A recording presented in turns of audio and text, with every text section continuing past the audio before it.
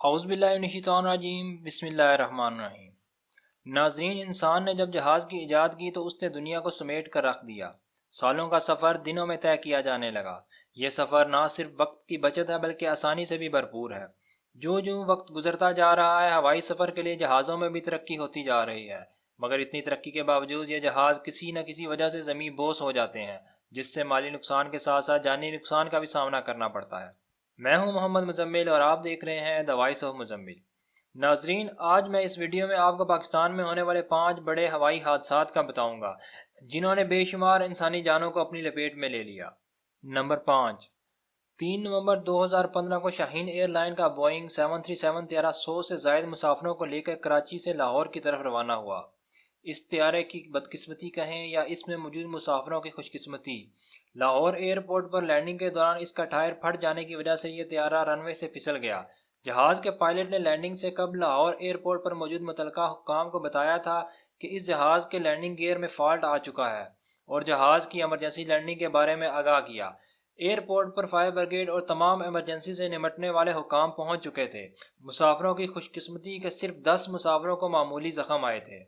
Number 4، 7 دسمبر 2016 کو پی آئی اے کی flight number PK661 نے چترال سے اسلام آباد کے لیے اڑان بھری، مگر اس طیارے کی بدقسمتی کہ یہ اپنی منزل سے 70 کلومیٹر پہلے یہ ابٹعاد کے علاقے حویلیاں کے قریب گر کر تباہ ہو گیا۔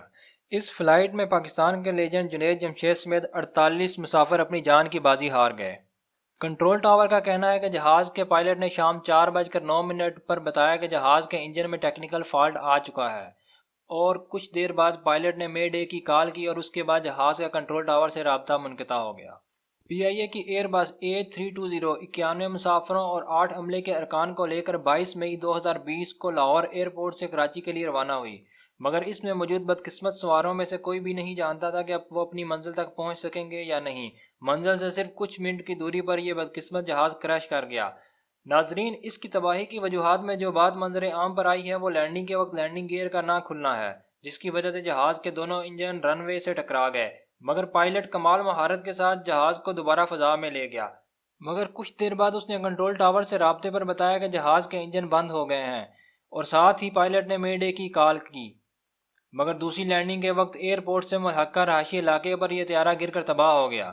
اس حادثے میں 2 خوش قسمت مسافروں کے علاوہ تمام مسافر اور عملے کے ارکان اپنی جان کی بازی ہار گئے۔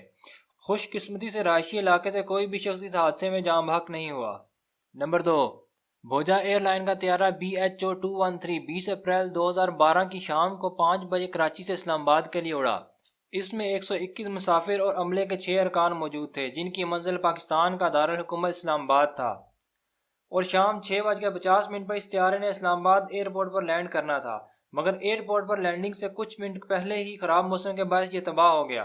عینی شاہدین کا کہنا ہے کہ جہاز کو فضا ہی میں آگ لگ چکی تھی اور پائلٹ نے جہاز کو کھیتوں میں اتارنے کی کوشش بھی کی تھی، مگر بدقسمتی سے یہ طیارہ تباہ ہو گیا اور اس میں موجود 127 لوگ جان کی بازی ہار گئے۔ یہ پاکستان کی تاریخ کا دوسرا بدترین فضائی حادثہ ہے جس میں اتنی بڑی تعداد میں جانوں کا ضیاع ہوا۔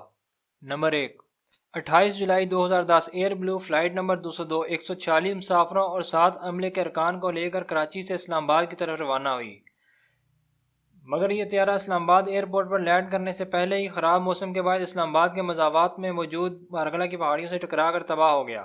اس حادثے میں جہاز میں موجود تمام 152 انسان اپنی جان کی بازی ہار گئے۔ ناظرین، کہا جاتا ہے جہاں اس حادثے میں خراب موسم کا ہاتھ ہے وہاں انسانی غلطی کو نظر انداز نہیں کیا جا سکتا، جو اتنی جانوں کے ضیاع کا باعث بنی۔ 28 جولائی 2010 کو اسلام آباد میں بارش ہو رہی تھی اور مارگلہ کی پہاڑیاں بادلوں سے ڈھکی ہونے کی وجہ سے نظر نہیں آ رہی تھیں، مگر پائلٹ جہاز کو انتہائی کم اونچائی پر اڑا رہا تھا، جس کی وجہ سے جہاز مارگلہ کی پہاڑیوں پر ٹکرا کر گھنے جنگلات میں تباہ ہو گیا۔ راستہ نہ ہونے کی وجہ سے ریسکیو آپریشن میں انتہائی مشکلات کا سامنا کرنا پڑا۔ شروع میں مقامی آبادی نے اپنی مدد آپ کے تحت حادثے کے مقام تک رسائی حاصل کی، اور بعد میں پاک فوج نے ریسکیو آپریشن کو سنبھال لیا اور تمام ڈیڈ باڈیز کو مقامی ہسپتال میں منتقل کر دیا۔ ناظرین، اگر یہ ویڈیو آپ کے نالج میں اضافے کا باعث بنی ہو تو لائک کر دیں اور میرے channel the voice of Muzammil کو سبسکرائب کر دیں تاکہ میں اس طرح کی معلومات سے بھرپور ویڈیو آپ کے لیے لاتا رہوں۔ اللہ حافظ۔